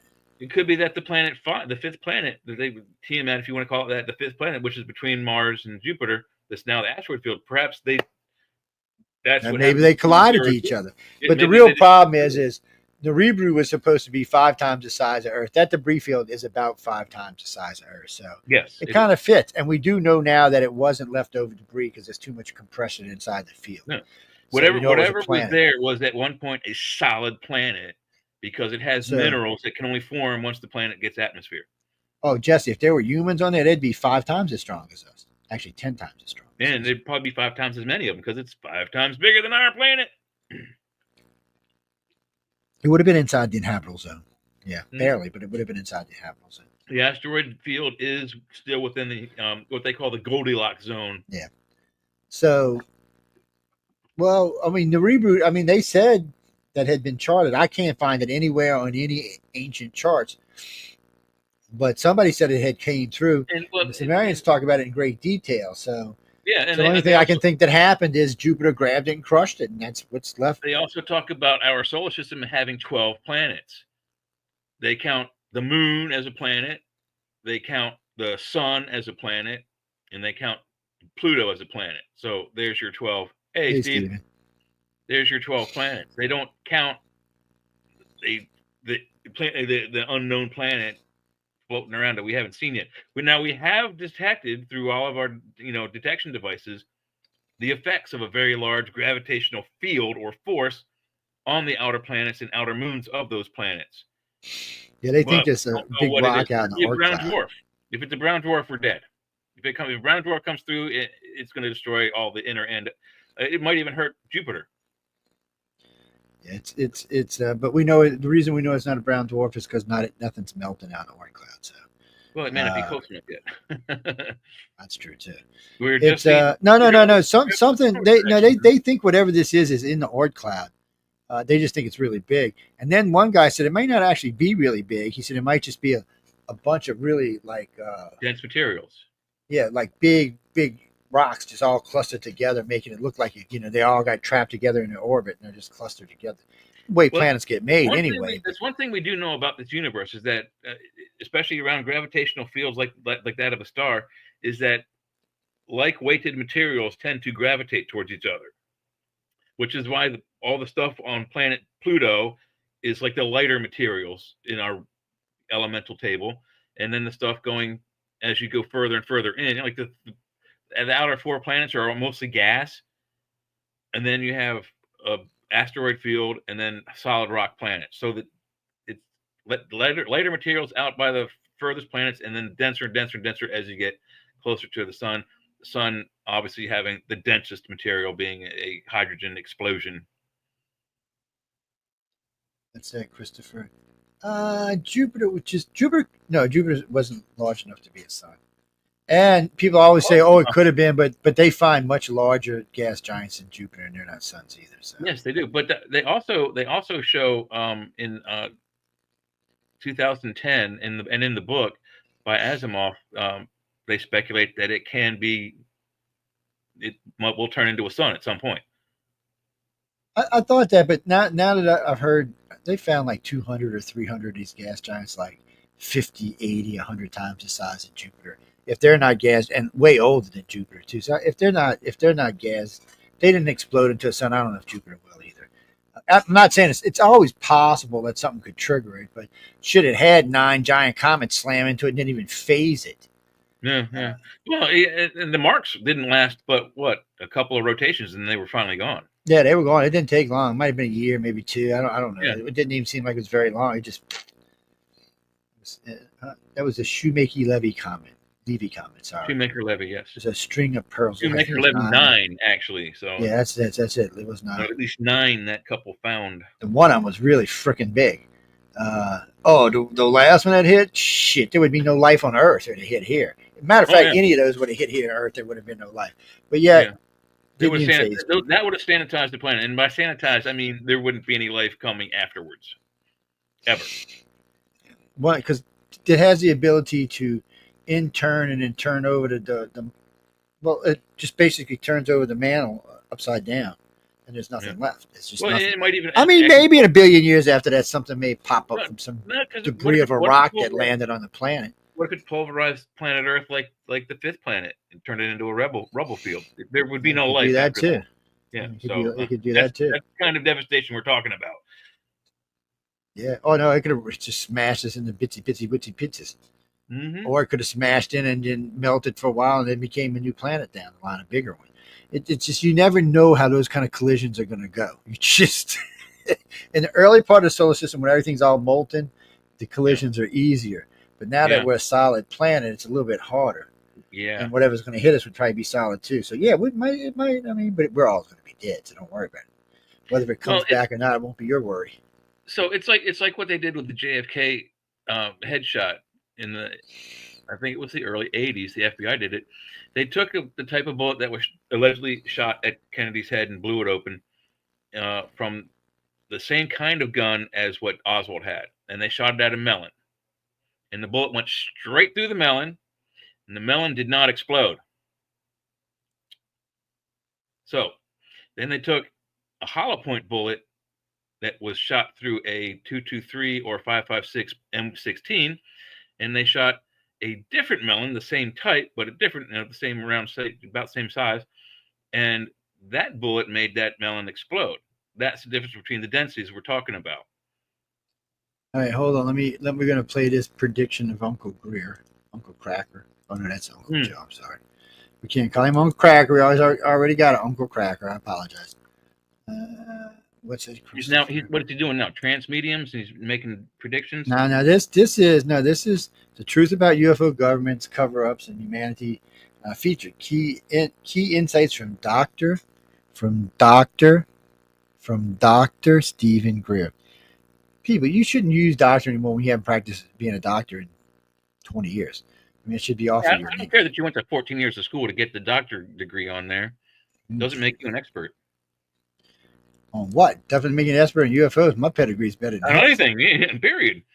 And when was the last time you practiced actual medicine? Right. Wait, right. 1998. Right. What do you 3 mean? decades ago. Why did I say my pedigree's better than his? Because I have aircraft recognition. One of the first things I had to learn in the military was how to check foreign aircraft. I have degrees in advanced electronics and advanced avionics. He has none of that.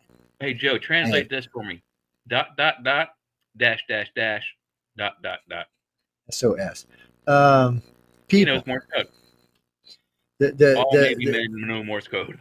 Yeah. You You have to learn some basic Morse in case you get your Especially if you're going to be on the flight deck as the flight captain, you have to know Morse code, sir.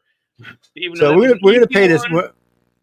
And we might skip around this because this is real long, so we're not going to play much of it. We're gonna just a little first piece I heard coming in, so we're going to play this, and maybe we'll play something else. But my problem with Greer is he always says big stuff, but he never produces it. So I'm hoping what he's saying here he's going to produce, because I want to see some top secret CIA and top secret people come out and give out their numbers and their life and say this is what actually happened and this is when it happened.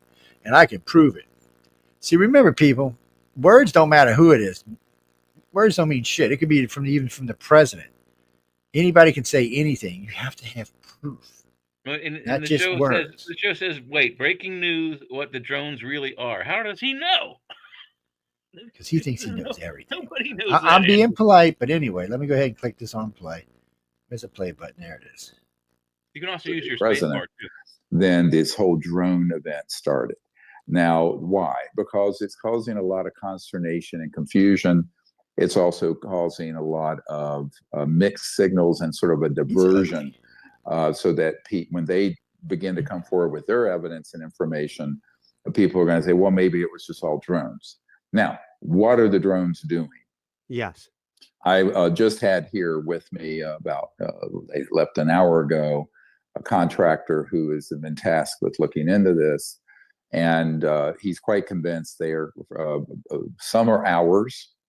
They're all man-made. None of them are alien or anything like that. But quite a few of them appear to be originating from China or Chinese assets for reasons that appear to be surveillance. And that is at least the conclusion these experts have reached. Now, what experts? I ain't heard no experts. Every expert I've had said they're not going to do. They're not from China. And people can you coming repeat forward. That was so huge. Can you repeat that statement again and then continue? What part of the statement from Chinese? When we went? Oh yeah, that they know that quite a few of them are from the Chinese, but the Chinese activity is probably being coordinated. We're going to have to do like they do those criminal freak out on election night. We're gonna have to do one for this. All the UFO secrecy. So in other words, here's the mistake everyone makes here in Washington, where I am right now, and everyone listening. We all look at a map of the world, and we see a boundary between Canada and the United States, or China and Russia. The organization that's working at the level that we're talking, they don't care about that, and they have assets that are derived from many, many countries. It's like a United Nations of illegal covert programs. Yeah. Now that goes back, we know, to the 1960s. And I can tell you a story about that in a little while. It's in our disclosure files at our archive. Why not but now, Stephen? Tell us the story as soon now. as this group decided they were going to set a date to come forward, and remember, so what does he think? The Bilderbergs and Skull and Bones are going to just let two of these the people chief do whatever black they sites want? out in the Western Desert, in a helicopter with the main guy who's coming forward and defecting. He's been a special forces operator there since 1995 in those programs. And as soon as they decided to come forward, set the date, and this was the big surprise about a month ago that I learned, they're going to unmask themselves. So in other words, they're not going to just anonymously say, here's what we've seen. These are at the highest level of aerospace contracting and special forces who are going to come out, rank, their name, rank, serial number, nothing held back. I'm already out and I'm calling in you terms saying of their you're full of identity. shit. So That's a game changer, because this is the most significant, earth-shattering disclosure in human history. Number one, when I tell you what they've been doing there, and then number two, in anticipation of that, these corrupt enterprises are trying to gaslight Congress and the president and the public and the media, and create also the specter. This is the other part of this. Why would anybody tell this guy anything? Frightening in disguise coming. See, this has been the plan since 1953 at least, that Werner von Braun warned us about. The man who invented the rocket, Adolf Hitler.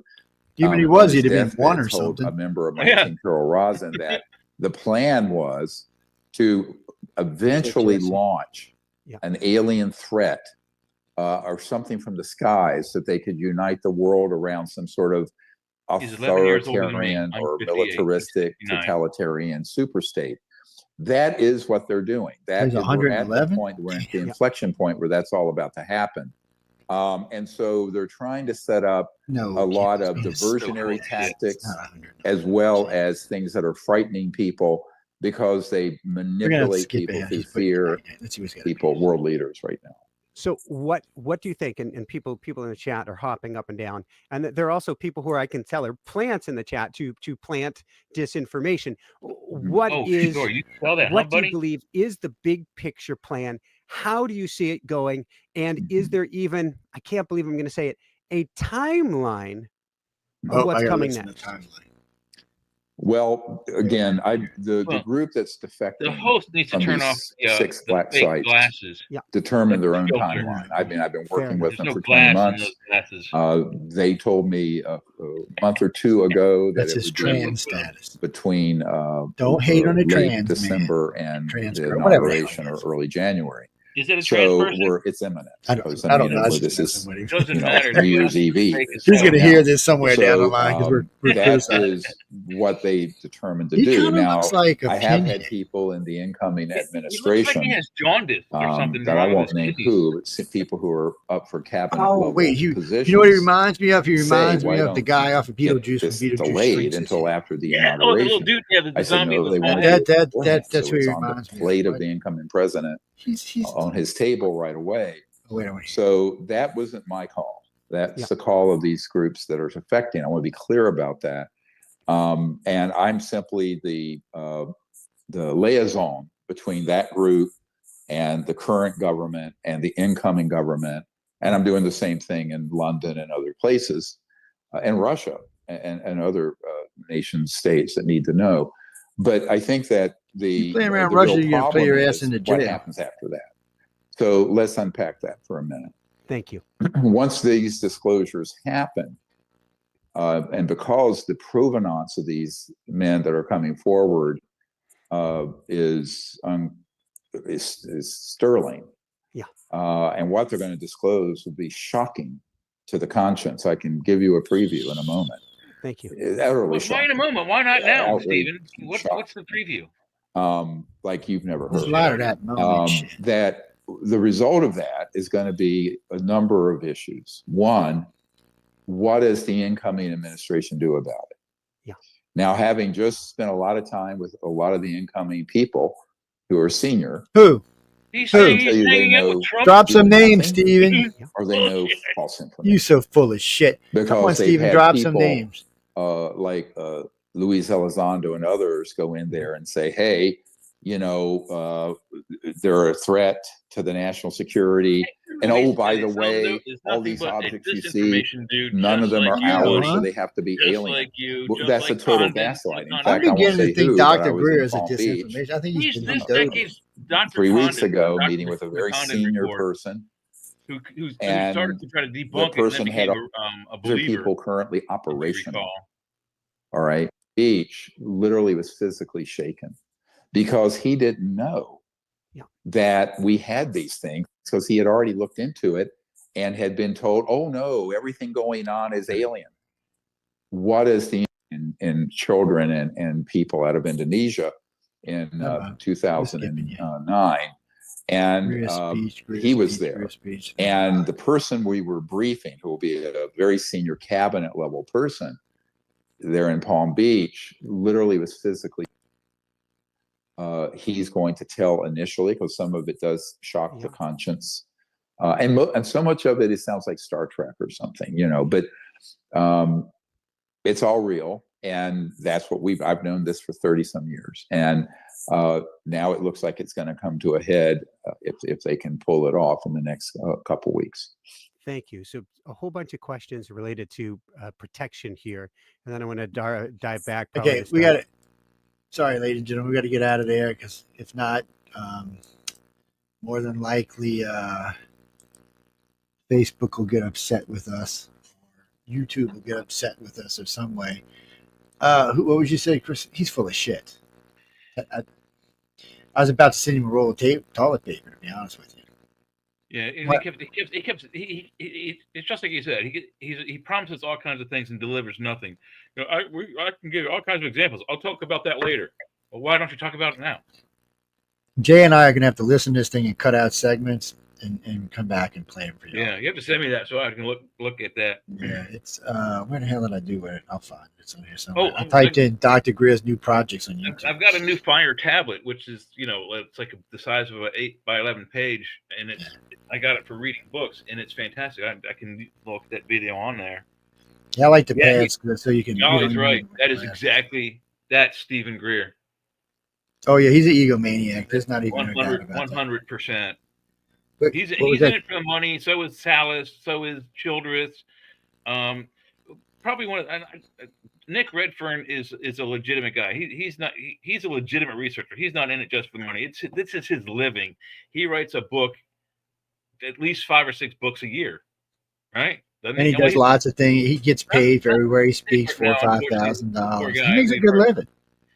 Yeah, but he's done everything. He's not a specialist. He knows everything about UFOs, ghosts, Slender Man. Oh, he was making so much money. I think his ex sued him for like half of it or something. Yeah. Oh wow, that's important. He's such a nice dude. He don't need to be plugged in this. But I know we got to get out of here in a second anyway. So what were you saying? Well, I was saying that most of the guys you see on those shows, they're all in it for the money. They're definitely tracking money for this. If I could be making money off it, I would too. But I'm not and haven't. I've been looking at this since I was 11. I'm 58 years old. Then if I start from I'm 18, I'm 58. That's still 40 years. So Stephen, first I will have to do this show next week, the one we were going to do on evidence. But thank you, Dolly. But do you really think there's this all-powerful group out there? And the reason I'm asking you this is, do you think the Russian oligarchs would put up with it? Do you think the Chinese powerful people would put up with it? For that matter, anybody. I want to see you marry together an American elite with some Chinese elite and some Russian elite and pretty much everybody elite around the planet, and make them all get along good and agree on how we're going to divide everything up. Yeah. You just keep having those fantasies. You got to remember, there's the Bilderbergs, there's Skull and Bones, there's the Rothschilds, there's the Rothschilds. I mean, they're just not, and we're just talking American groups. We're not talking British groups. There's also Russian groups, several Central European. Isn't the Habsburgs one as well? Yeah. So the problem here is trying to marry together a group like that is. Look, I'm all for world. I'm all, people get mad when I say this, but I'm all for one world, just not a Chinese world. I don't disagree with one currency. I don't disagree with one government. But what I do have a problem with is that I don't think, as a people, we're going to come to any kind of reality like that, no kind of utopia, with 200 different types of religions. Yeah. Well, you know what? I think eye to eye, and you're not. I mean, either you get rid of all of them, or you just say, "Look, all of you get along together, or we'll kill you." So I really think after about 20 or 30 years, you can have complete religious freedom. Because you, like you just said, you have to show that there's serious consequences if you interfere with another religion. And I think once you do that, you'll be fine. Because a one world government does things differently. One, you don't have to have this big, massive military around the world. Wars have all been religious based. The thing that's happening in Hamas and Israel is a religious thing. The stuff that happened during the Crusades was about religion. I mean, but World War II and World War I wasn't. And Troy War wasn't either. That was over But Helen. you've got 1,000 years of like what, 101. Oh no! If you do it by the numbers, yeah, religion kicks everybody's ass. Religion has caused more wars than any, border dispute or, you stole my wife kind of thing, the Helen of Troy deal. Just about every war in the Middle East was either fought over religion or oil. Israel and Hamas are right now fighting because they have huge religious. They're fighting the jihad, man. The jihad. They have huge religious dissonance between them. No, Denise, we got to go because Michelle DeRoche is just about to go live. Yeah, and she will kick something our about ass. she was making Amelia do the show right naked. Yeah. No, she said she was making Michelle. She's making Amelia do the show naked. I don't know what that was about. I'm not going over there. I don't want to hurt my eyes. What is wrong with you people? Just teasing you. Shh, don't tell me that you'll hurt me. Anyway, they are live in about 7 minutes, so they'll be live. You go check them out. Jay and I get ready to check out in just a few seconds.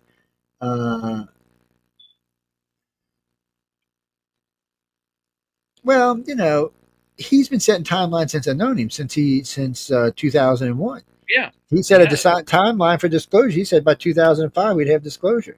It's 20 years later. Yeah, no disclosure.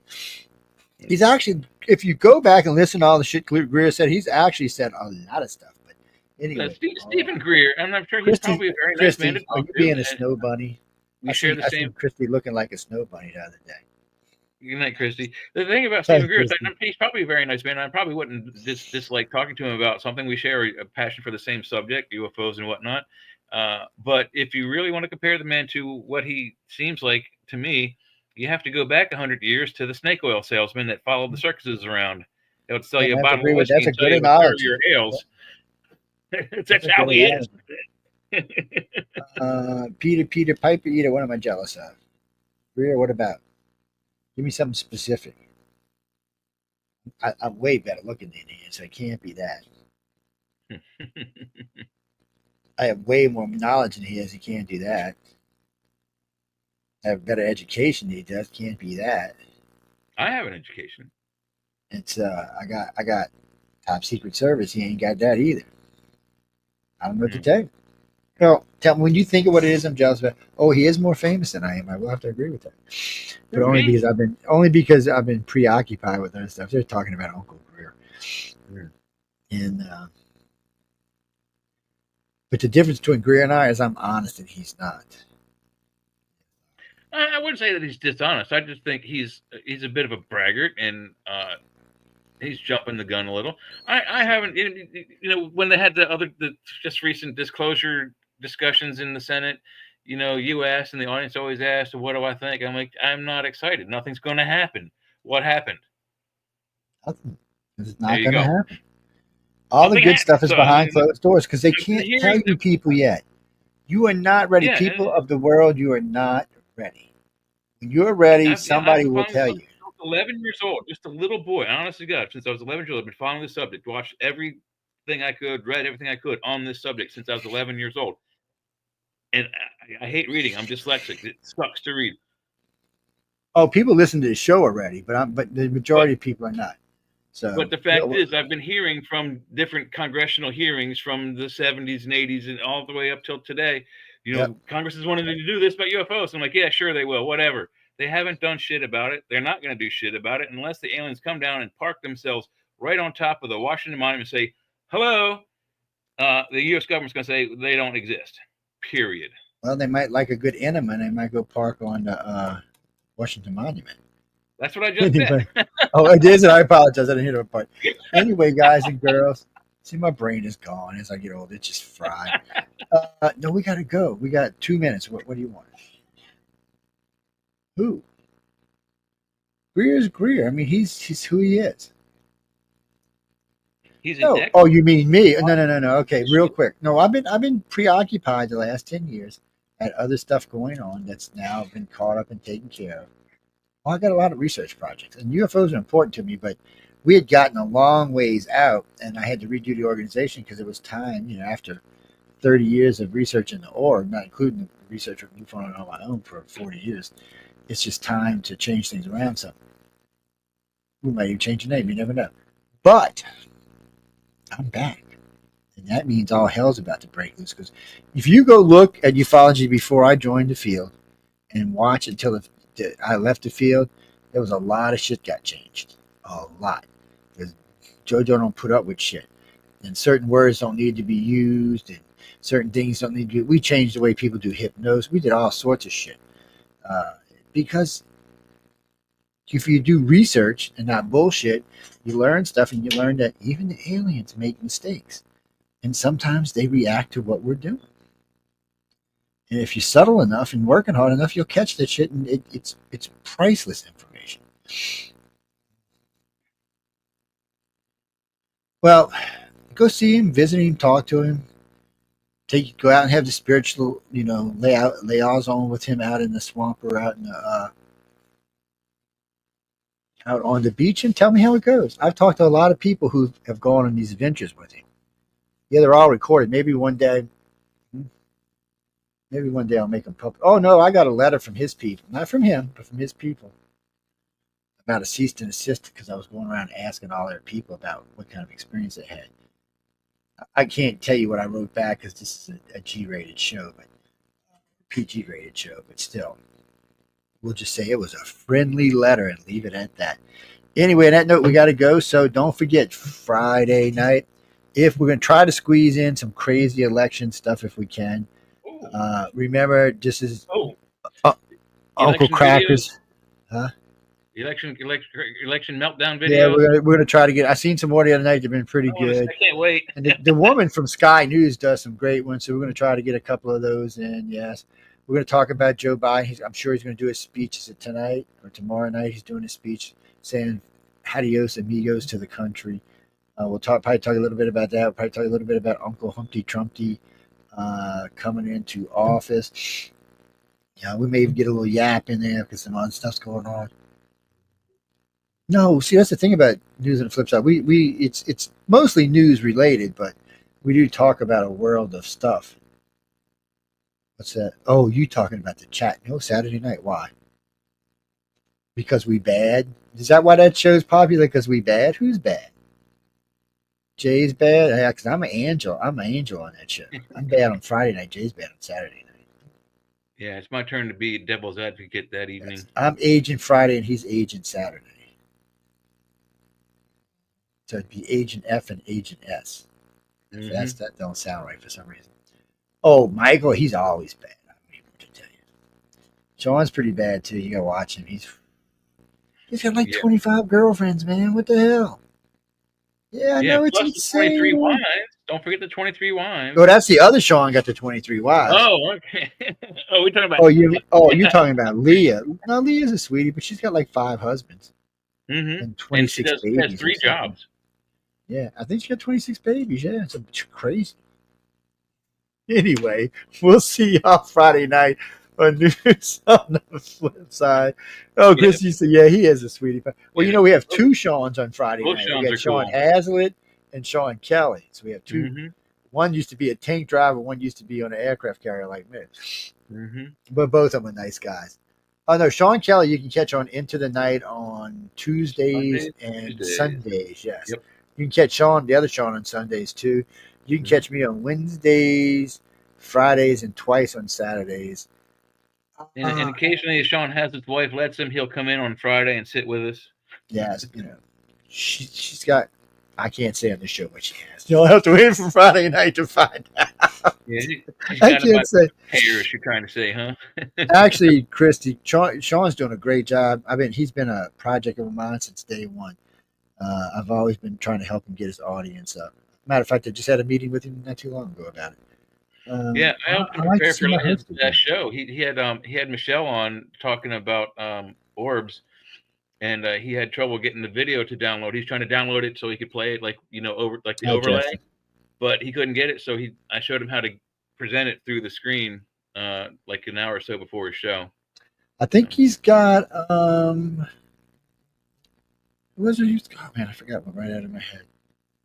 Oh, by the way, I was with Karen Swan the other night. Y'all should go check it out. It was a good video. She had no idea who I am, even though she's on the network. It was a great interview. It was a lot of fun. I like when I talk to people who don't know who I am. It's way more fun. Yeah, well, she's going to be on this show. I think it's February 5th. I have to check and make sure. And she's going to come hang out with Jay and I, and we're going to talk about all sorts of interesting stuff. Yeah, she's on Sunday night too. So it's her, it's Karen, Sean, and Sean on Sunday nights. All three shows are really good shows. Go enjoy them, have a lot of fun, check them out, and stay out of trouble. What's in what? I know, because Michelle set her up. Michelle was being a bad girl. Michelle likes to do that every once in a while. She'll recommend me as a guest, but she won't tell him anything about me. Oh yeah, by the way, he's your boss. What? Yes, he can talk. Well, everybody knows. Well, she knows I'm the boss. No, she knew I was the boss. She introduced me as the boss, but she didn't know that I knew what I knew about ufology. She had no idea. No, she's real sweet. No, I like her. She's a good host. No, she's doing good. Whoever said that she's doing good. And then where am I? I'm somewhere next week. I'm going on somebody's show now and I forgot. But anyway, we got to get out of here. Y'all trying to get us in trouble. We're gonna get in trouble with Michelle. Yes, man. I mean, she's the boss. It don't matter I own the network. She's the fucking boss. People try to tell you. And again, we're gonna get out of here. Again, I want to say I'm sorry for Laura Lee. I hate hearing about her son passing. Yeah. I hope she gets over it.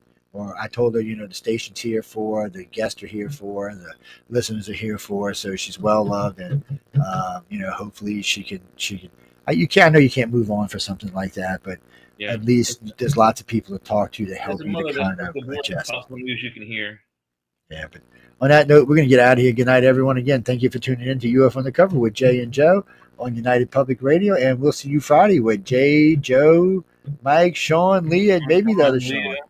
No, wait, there was somebody else wanted to join us. Anyway, on that note, we're out of here. See y'all then. Bye-bye. Bing bong. Ding.